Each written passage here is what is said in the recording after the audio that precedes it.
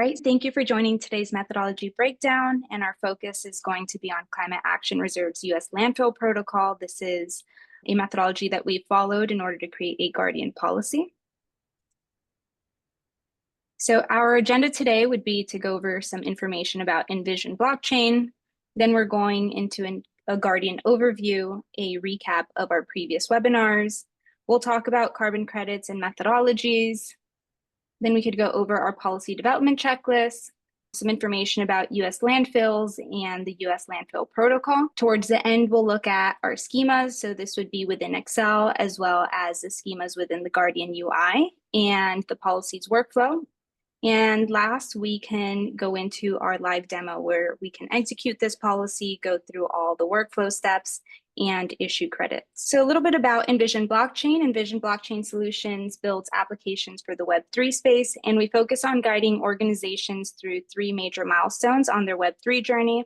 This includes use case analysis, proof of concept development, and scaled deployments. If you're not familiar with the Guardian, since 2020, the open source Guardian maintained by Envision blockchain with support from HBAR Foundation and Swirlds Labs has utilized the hedera public network to enable transparent, auditable, and traceable documentation of emission processes and life cycles of digital environmental tokens.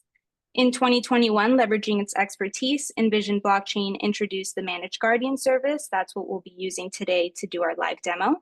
This is a SaaS solution tailored for the carbon market to simplify environmental application development, offering core Guardian features like the policy workflow engine on a scalable platform. MGS launched in 2022, and it supports organizations in creating traceable environmental tokens on hedera's ledger, advancing global sustainability goals.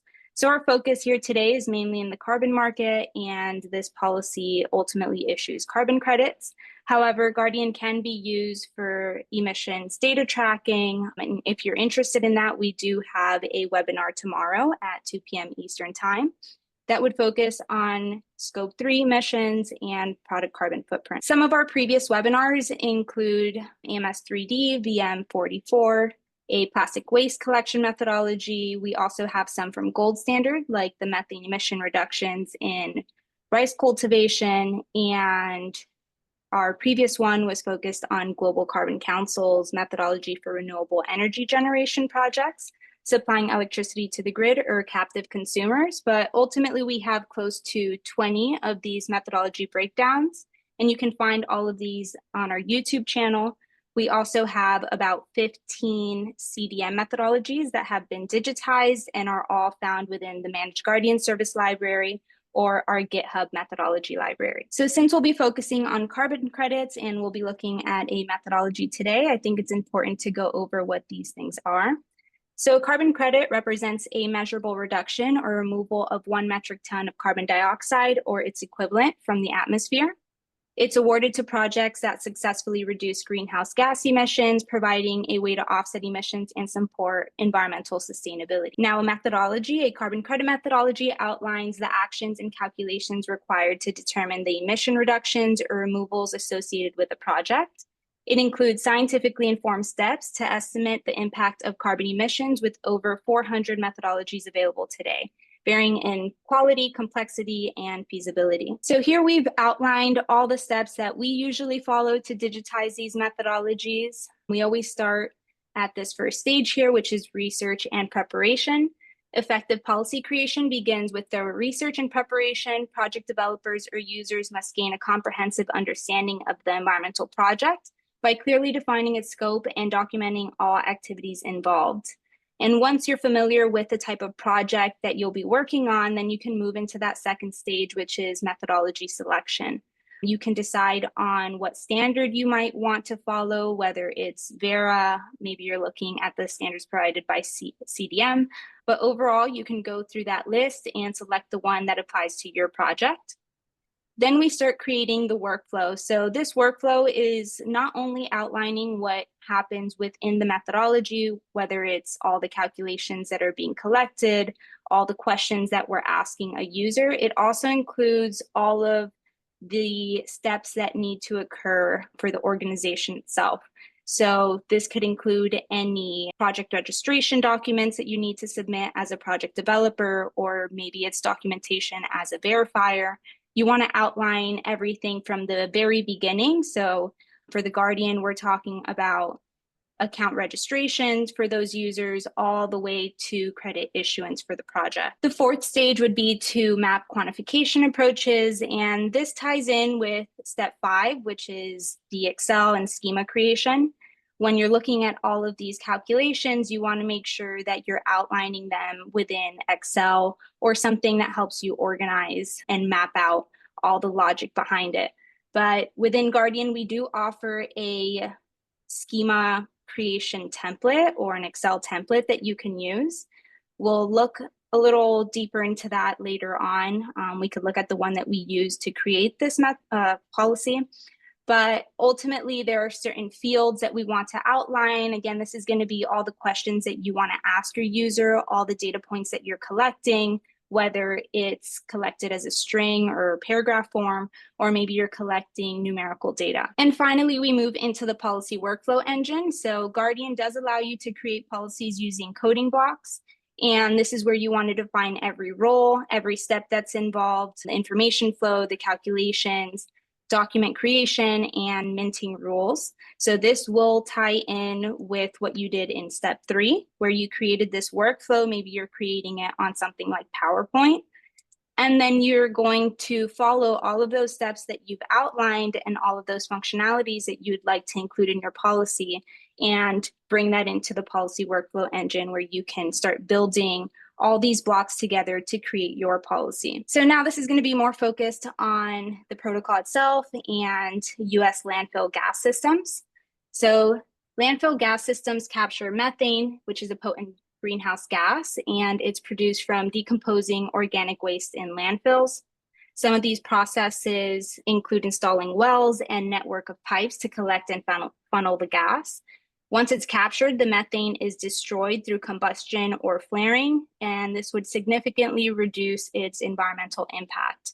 So again, these systems reduce greenhouse gas emissions, they contribute to local air quality improvement, and they support regulatory compliance with EPA standards under the Clean Air Act. And in the US, most municipal solid waste is deposited into landfills where bacterial decomposition produces landfill gas, primarily methane and carbon dioxide. The EPA identifies landfills as the largest source of human-caused methane emissions, accounting for 16% of the total methane emissions here in the US. The solid waste industry has been reducing these methane emissions by nearly 40% since 1990 through gas collection and destruction. So this is what we're focusing on with this protocol, and we're looking to collect some carbon credits for all of these improvements within the landfill gas collection and destruction. Now, in this protocol, there is a specific type of project defined, and this is going to be GHG reduction projects that involve the collection of methane from specified cells at eligible landfills and its destruction via approved devices. This also includes project expansion, so expansion of existing gas collection and control systems to new cells can be included as part of an existing project or submitted as a new one. And new cells must be engineered to prevent landfill gas migration between existing and proposed projects. It would also include destruction devices. So eligible devices include utility flares, enclosed flares, engines, turbines, boilers, and more. And any other devices that may qualify would require a description within these schemas and written approval. All devices must have appropriate destruction efficiency values, some eligibility criteria for landfills. It must not be subject to regulations requiring methane destruction, could not be classified as bioreactors as defined by the US EPA. It must not introduce liquids such as leachate to enhance biodegradation. In the use of captured landfill gas, methane can be destroyed on-site or transported for off-site use, but it must ultimately be destroyed to qualify for registration. Collection systems consist of wells, pipes, and other technologies to channel gas to the destruction devices. And it would also include direct use arrangements. So landfill gas could be piped to industrial end users with legally binding agreements to prevent double counting for GHG reductions. And developers must specify destruction technologies used by end users just to make sure that the methane is being destroyed. So why do we digitize methodologies? Digitizing these methodologies such as Those from Climate Action Reserve offer significant benefits, including standardization, improved accuracy in calculations. By automating the calculation process within Guardian, the responsibility for applying the complex equations shifts from a project developer to the Guardian system, ensuring consistency in environmental benefit quantification. Additionally, Guardian's digital forms streamline project registration and verification, enhancing efficiency and reducing errors. And we'll see that all today, where we are easily submitting these forms, providing all the data that's required, and it's pretty straightforward for the user as well as anyone who needs to approve these documents. So this approach fosters transparency, accountability, and improved data management, ultimately supporting more reliable emissions reporting and environmental claims. Guardian can also be integrated with user platforms through APIs, acting as the engine behind these systems. This integration allows for seamless data exchange, ensuring that all information sent and received is traceable and auditable. By utilizing Guardian's diverse capabilities, users can enhance their platform's functionality while maintaining transparency and accountability in the data management process. So quickly, before we move into the live demo, I think it's important to go over what we refer to as schemas. Schemas are templates or guides that help organize, structure, and understand environmental data, making it easier to manage and analyze. They define how different pieces of information could be structured and presented, making it easier for both people and machines to read and use data. So here to the right, you're just seeing an example of what this looks like. This UI allows you to customize these schemas or create them from scratch. You could also use our Excel template to do this and easily import it all in, and you'll be able to see it reflect in something like this example here. So as mentioned, the Guardian simplifies policy schema management with the import-export feature that lets users work with schemas in Excel format. Maybe that's something that you're more comfortable with instead of using the Guardian UI to create these schemas. You could always export out our schemas as well if maybe there's something that needs to be updated. Maybe there's a new fields that we'd like to add. We can always add it in and import it back into this policy. So if we exit out of here, we can look at the Excel that we created for this policy here. Now, the information could look as simple as this sheet that we have for the project owner. This one's going to be used when we're creating an account for the project owner. You can identify all the data points that you'd like to collect here. For this policy, we're asking for the project developer's name, a project owner name. We also have these columns here. So if we select yes to a required field, that means that the user can't move forward or submit this form until that has been filled in following the correct field type. So here we've identified it as a string. We have an example of what that looks like. We also have columns for parameter, visibility, and I'll show an example of that in just a second. We also have a column to allow multiple answers. So if I select no, we're only collecting one name here. But if I were to say yes, then we're allowing the user to submit multiple names for each field that is identified here as yes. Now looking at a different sheet, this is going to be more complex as this is all the information needed to calculate the emission reductions for the project activity during the reporting period. So we can name the schema up here. If you would like to include a description, this is going to be optional. You can add it into this cell. And we could also define the schema type. So in this case, we're looking at a verifiable credential, but you do have other options like an encrypted verifiable credential where we can make certain fields private. And we also have the option of a subschema. Now, again, we have these columns outlining if it's required or not, the field type. You'll see that for some of these field types, we do have a link to a different sheet. That's because these are what we would consider a subschema, and they're being referenced there. If we were to collapse this, we'll see that we have a subschema for the baseline emissions and a subschema for the project emissions. And they're ultimately all being used to calculate this field and this equation. So in this equation, we'll have our baseline emissions minus our project emissions to get our GHG emission reductions. Here we have an example of what it looks like to fill something in for the visibility column. So we're identifying this as hidden. This means that the user would never see this field when they're filling out the form. However, it will show up when the form has been submitted and all the calculations have already occurred. And if we open this back up, we can go ahead and open the subschema. So you'll see that we put that it is a subschema here. We do have hidden fields. Every hidden field is going to have a calculation in place, and that's why we're hiding it, because the guardian is the one really running all of these calculations as defined by the policy. And then we could also see that we put stuff in here into the visibility column depending on what a user selects. So depending on a response that we see, it will change what's visible to the user and what's not. And the last column that we haven't looked at is the parameter column. In this case, we are using it to reference a different sheet within the Excel. So every time that we have a field type enum, which would have a drop down of options for the user, we need to list that out in a sheet dedicated to that enum. So if I click this, you'll see that we let this is going to be used in order to create schemas within the Guardian by importing it. So we're letting the Guardian know what field it belongs to, what schema it belongs to, and what options we want available for the user.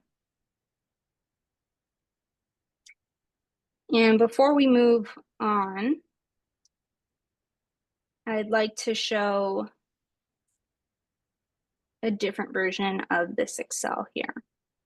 So in this version, this would not be used to import, as I've made copies of certain sheets. So here we have, again, the emission reductions schema, and I made a copy of it just to provide sample data.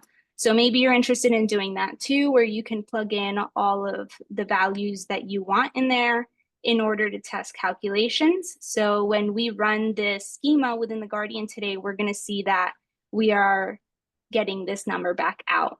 And you'll see that I have certain fields highlighted as yellow. This is just the process we go through when we're testing these policies. We put everything in, and we're double checking that all of these values are coming out. And if they're not, then I know that I need to look at my calculation that I plugged in here and double check that it's correct or not until I have this value coming back out. Okay, so now we're moving into the policy workflow.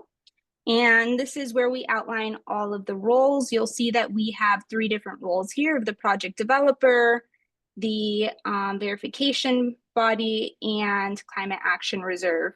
And it'll have these designated colors. So if we start at the very beginning, this is what we'll see in the live demo too. I'm going to create a project developer account. The administrator would go ahead and approve this account. Then as the project developer, I can submit my project submittal form, my project diagram as well, and that would be checked by the admin account, which we can say is Climate Action Reserve as an example. They can go ahead and review that everything is correct. My project is eligible for this, and they'll go ahead and approve that. So once it's been approved, we'll see that this project is granted a listed status. The next step here would be to create a verifier account. And once that's been created, it's the same logic of it's going to the admin account. We want to approve that. And then the verifier could go ahead and submit their notification of verification activities and conflict of interest form. Here we're moving into the admin account again, where they're going to review this form and follow this logic here. So if there is a conflict of interest, they can go ahead and say yes. will move down this path in the workflow where they now have to identify if the conflict of interest can be mitigated. If it can't, the project developer should receive a status that would let them know that a new verifier is required due to a conflict of interest. So now, as a project developer, I'm aware that I need to contact a different verifier and have them follow this process again, starting from the creation of their account to submit this new form and follow this again. If it can be mitigated, the verifier that has already created an account will go ahead and submit a mitigation plan. And then that would be reviewed by the admin account. If everything looks good, then it would be approved and the project developer can start submitting all of these forms here. Now, if they had determined that no conflict of interest exists within this project and the project developer and the verifier's relationship, then we can start submitting all of these forms as a project developer.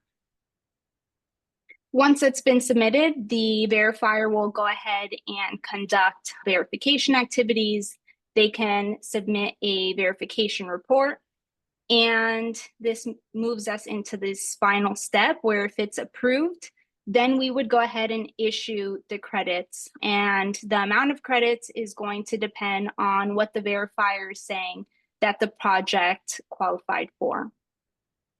So in this live demo, we'll go through all of these steps. However, we are following this happy path. So all of the approvals, we won't be going through these conflict of interest mitigations. We'll go ahead and go through here and submit all of these documents and get to our trust chain where we can see all of the credits that were issued. Okay, so here we're in Managed Guardian Service. I've already imported this policy, and in order to do that, you can go ahead and click on this import button. You're allowed to import from a file. You just have to make sure that it is a policy file. And once we upload this completed policy, you can find it in our methodology library as well and get a file from there. You could also import from an IPFS timestamp. And we do have our full library here. So if you're using Managed Guardian, you don't have to go to the GitHub. You can always find all of our digitized methodologies within this import tab. And all of the schemas that we were talking about before can be found here. So I'm selecting schemas. This is everything that was used to create this policy. So we have a total of 53.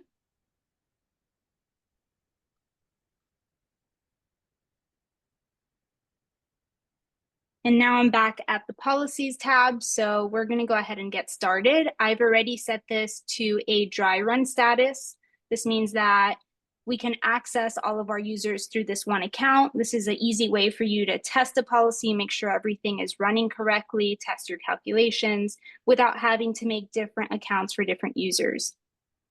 Also, everything that we're going to mint or all the credits that we're issuing today are going to be, they're not associated to a live project. These credits are not on mainnet either.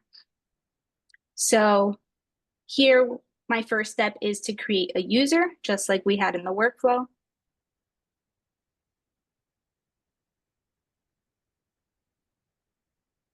And by clicking this dropdown, I can see that I have a new user. I'm going to select that and assign their role. So I want this first user to be the project developer, and I can go ahead and click next.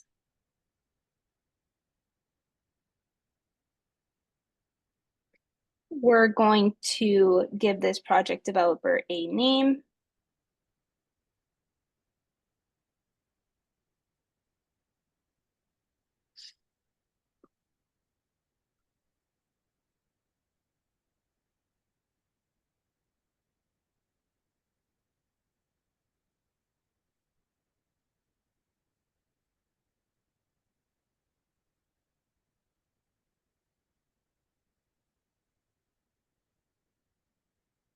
Okay.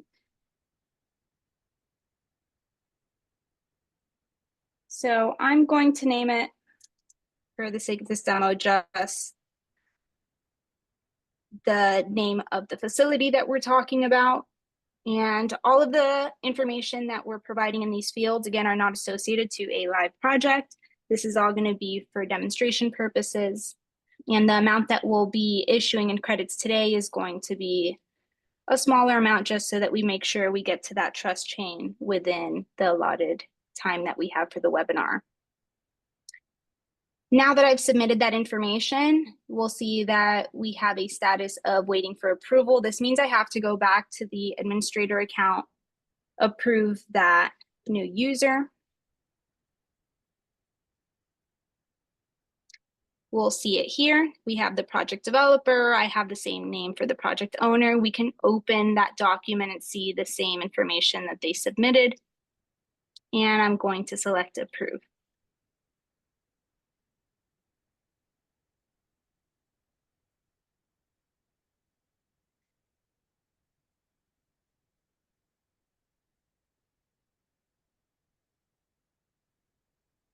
Now I want to go back to the project developer's account. It's already been approved.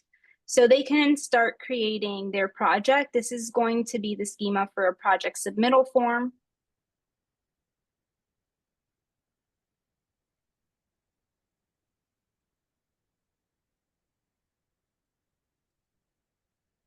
And we'll see that usually you'll go in and fill all of this out by typing it in. We collect stuff like a project ID, the version, a crediting period. So we're seeing these drop downs here where you could select a first crediting period, second, third. We have information about any technical consultants, the reporting periods. We also have information about baseline destruction, project eligibility and monitoring. And what we've used as a guide here is all of the documents available on the reserves website. So to fill this in, I will be putting it in through here just to make this quicker. But we'll review all the information that got plugged in. So we're seeing that we have everything filled out. It's important to make sure you're putting in a project ID. It does not have to follow this formatting because this is not registered to the reserve registry. However, we do track everything through project ID. So all of the forms that are being submitted, you'll see that we have to keep inputting this information to make sure that when we get to our trust chain, we're referencing the right documents. Now we do have some fields that are empty, and this is because it's only needed if we would have selected no here as a justification. So I'm going to select create and submit this form.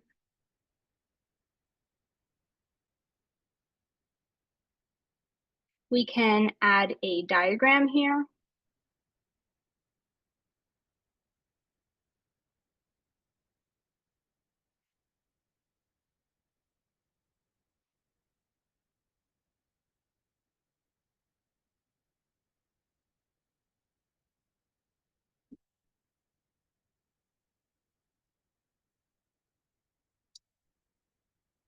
Let me close that out and do it again.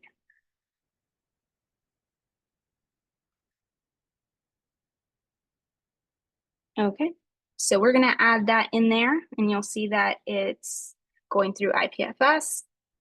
We're going to select create. So here you're not going to see the image when we do open this document. So we'll see that here. If I'm going in to review it as the administrator,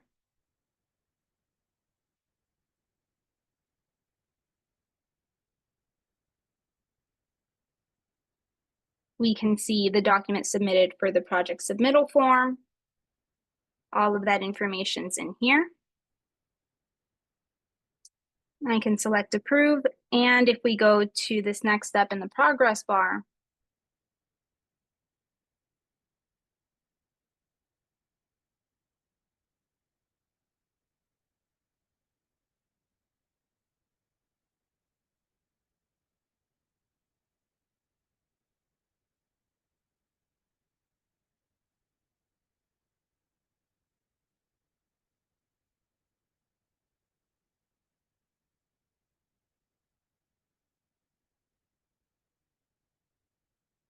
and we open this view document, if we scroll down, you'll see this example diagram here. So anything that you put in as an image will usually reflect like this.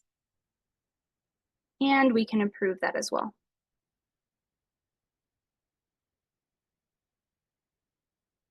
Okay, so my next step here is going to create a new user. This is going to be my verifier account. And we can open that up. So again, I can access all of this because we are in dry run through the one standard registry account. However, if this were a real life project, I would have individual logins. Each one of these actors would have their own portal that they could access and fill out all of this information.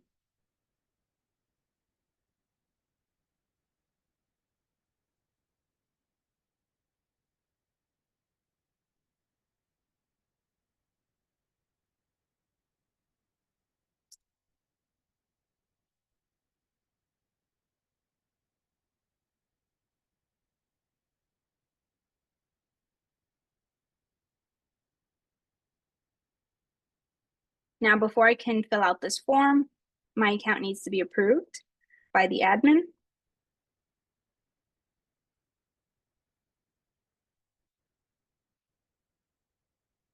You'll see that we have a tab in the progress bar for verifier accounts.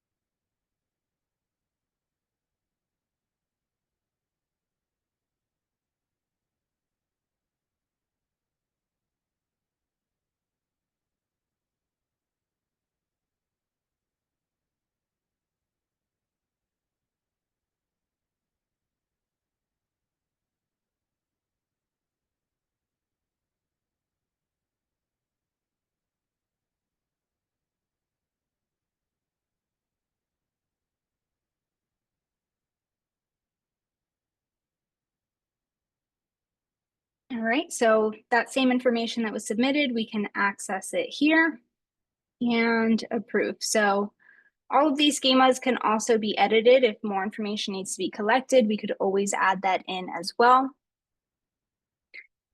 And now that I've approved that verifier account, we can go ahead and submit their conflict of interest form.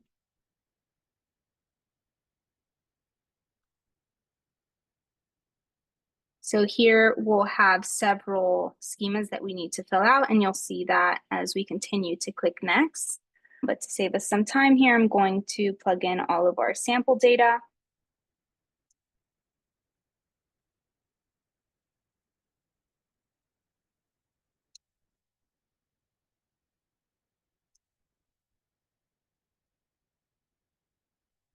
So we'll see that we have information about our lead verifier, their contact info, the reporting dates. We have their accreditation, the protocol that's being used, information about all the parties involved, the project owner and operator contact, facility owner and landowner, aggregator or cooperative developer, technical consultants to the project developer, other parties with a material interest to the project. And then here we have information about the kickoff call. We also include just some help text to let them know that this needs to be submitted 10 days prior to the kickoff call.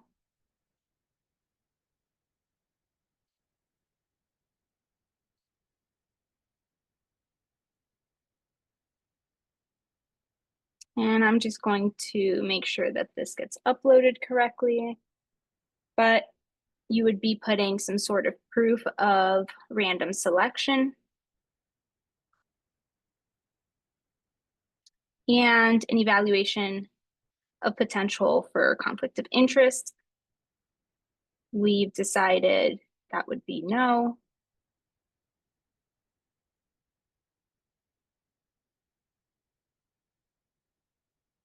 We have some information about the lead verifier and the list of staff.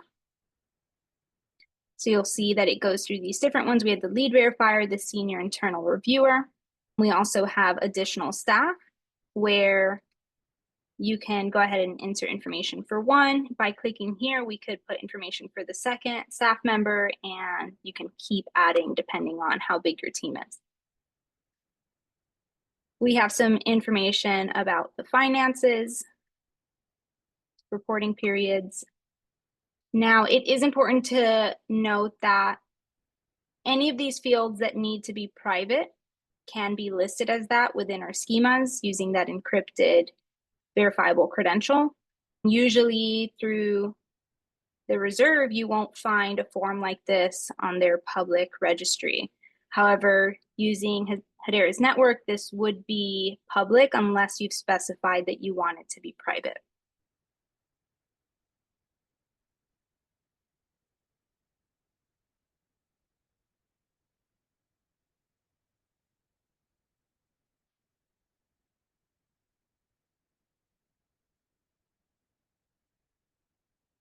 Okay, so now that's been submitted, we're going back to the administrator. I would know that this was ready to be reviewed. So as an administrator, I'm going to click on the conflicts review and see if the form is reflecting. So here we have that form. I can open it up, see all the information that was submitted. Any images that we have put in here should be reflecting. So we'll see one there.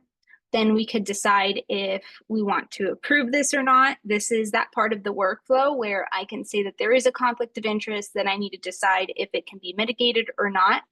But again, we are going through this happy path, so I'm going to select approve.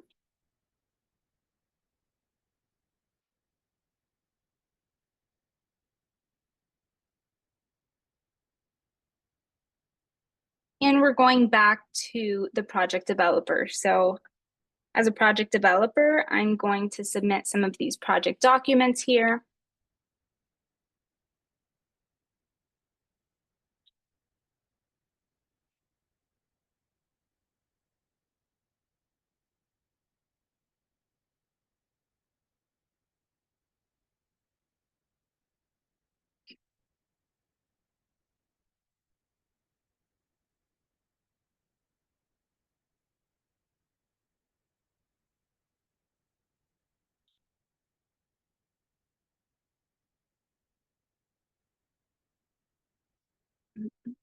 So again, all of this is going to be information that's not directly associated with the project. It's all for demo purposes, but you would know what to fill out by following this field requirement, like the name, the title, organization. If I were to put a number in here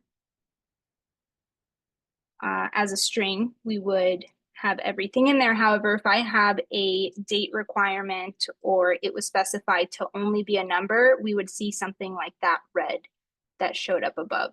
Or if I didn't have a date, I wouldn't be able to submit this form here.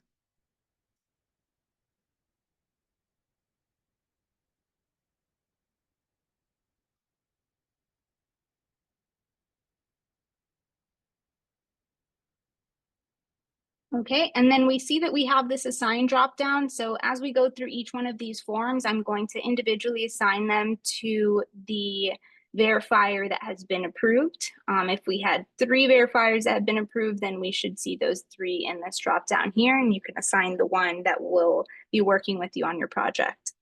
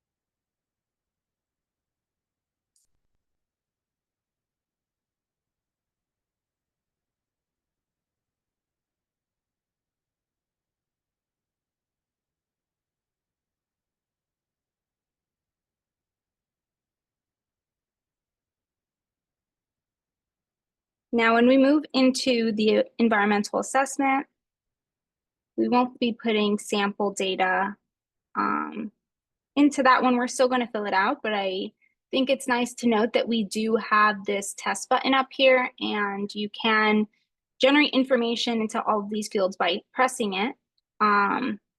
You'll see that it's putting in information like, for example, for anything that is a string value, we might see ones for anything that is identified as a number.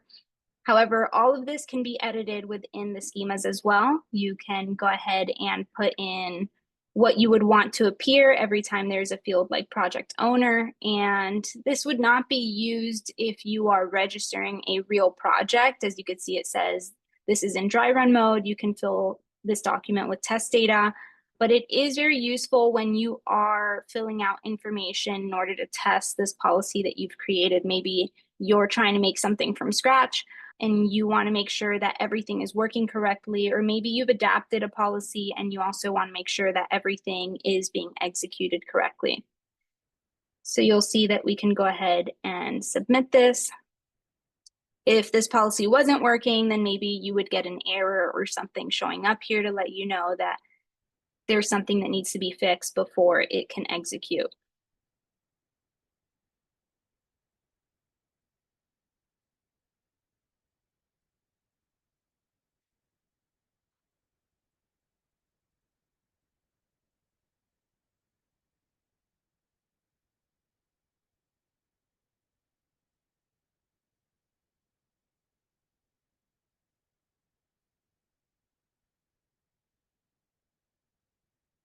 Okay, so here we have our project data report.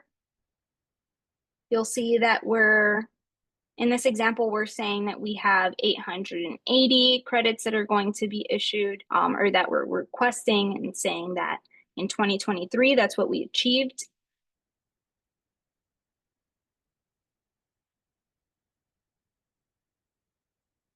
All of these would be optional as it's dependent on if you have a variance or not.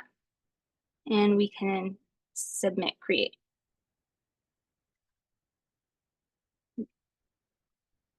Now we're assigning that to the verifier as well. And the reason why we assign these documents separately or one by one is so that the verifier has the ability to reject one form instead of having to reject them all at once, making the project developer have to submit all of this information again.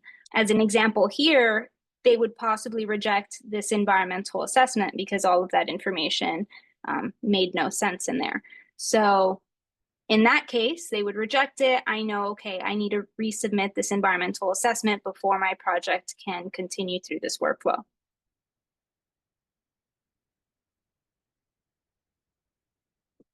So now we're moving into the final form for the project developer. This is going to be our emission reductions information. So it's including everything about the baseline, everything about the project. And this is where all of our auto calculations are occurring too. So the user is only seeing all the data points that are required in order to run the proper formula. And once we submit this, the form that's going to reflect for the verifier is everything with the populated auto calculations as well. So all the hidden fields are not going to be hidden anymore.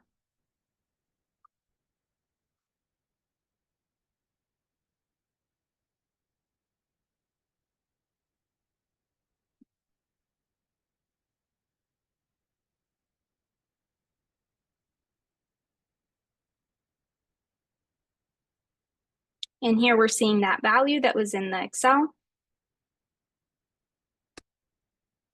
When we also issue credits, it won't have a partial credit like this. We would be rounding.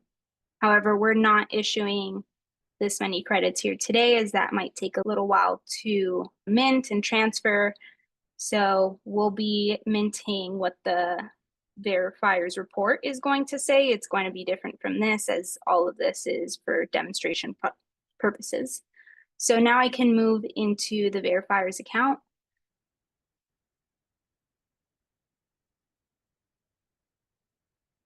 And we can start looking at these project documents. So here, the first one I see is this attestation of the title. We can open it up and see the information submitted. So my image did not upload correctly in there, and we're going to see this error here.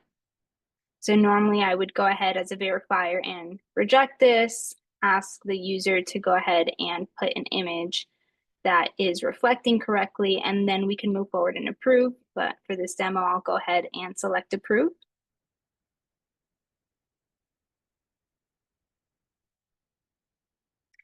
Same thing here. And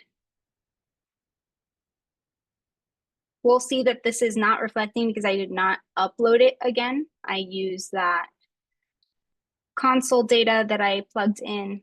So every time that you're putting that in, you want to make sure you're getting a document that's already stored on your computer.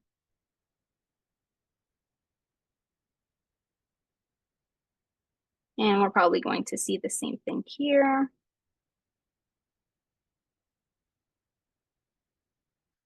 And we'll prove that. And then we can move into these last three before we submit a verification report.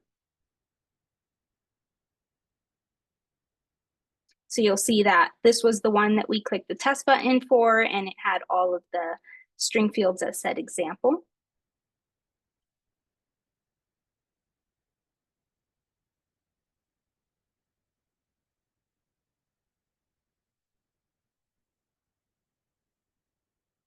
Okay, and we're also seeing that here. If we open this up, we can see all the fields that have calculations. So just a good way to point them out, it would be everything that has all of these decimal points. They haven't been rounded. So we're getting all of our results coming back based off of the inputs that the user provided. So as someone verifying this, I could go ahead and check all of this. All of the equations can be found in the policy workflow engine. We have a block that is called the custom logic block, and it holds all the calculations in there. And I can select approve. And then we're moving into that verification report. This is one of our final steps here. Once we submit this, we move to the administrator account, and once it's approved, we'll see these tokens minting, and we'll also see the trust chain.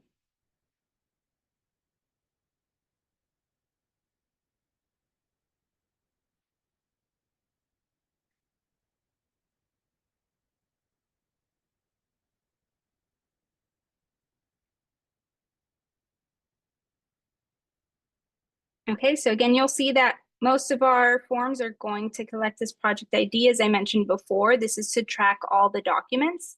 So we may see some with the environmental assessment that we put in all of that example data, clicking the test button.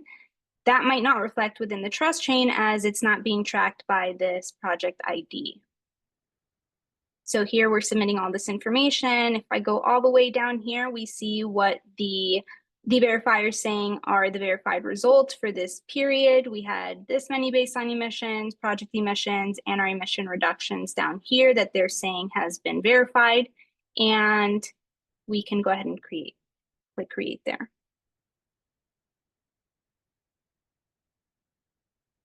So this document is being sent to the administrator. This could be a standard registry who has to approve all of these things. If I select on the verification plans here,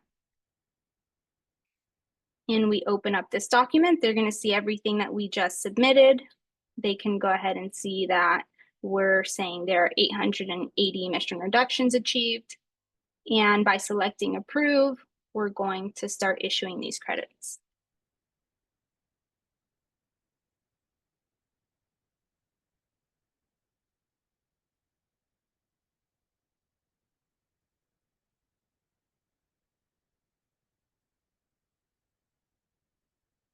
Okay, so you see that we have these notifications popping up.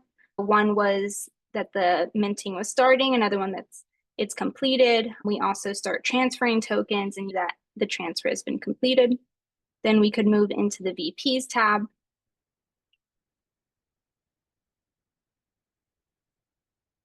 So here we're seeing the hash, the date of that we minted and the time, and we see all the serials for every single token. And then we could go ahead and view trust chain. So the trust chain is a verifiable presentation, really, and it's storing all of the VC documents that would be down here.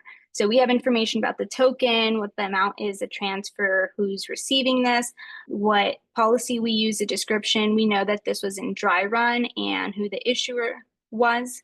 So as I mentioned, here we're going to see that there was no document found, as there was no project ID that was following what we submitted in that project submittal form.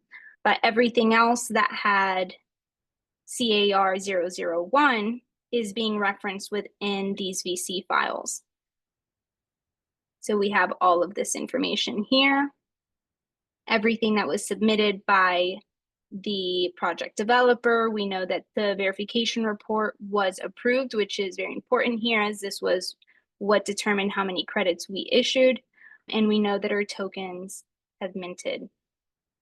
We have the amount, the date, our token ID.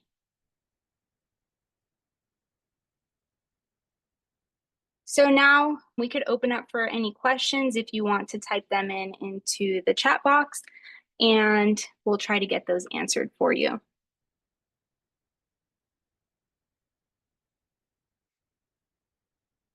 So I'll give maybe a minute or so, and if not, then we could go ahead and close this webinar. While we wait, there's also different ways that you can submit, whether it's a policy request, enhancement, or maybe you've been using Guardian and you've identified a bug.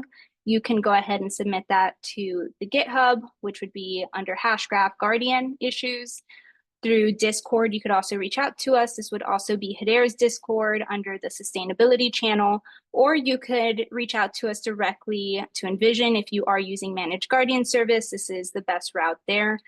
You can also find more information through our website, which would be guardianservice.io. All right, thank you all for joining, and I hope to see you here next month.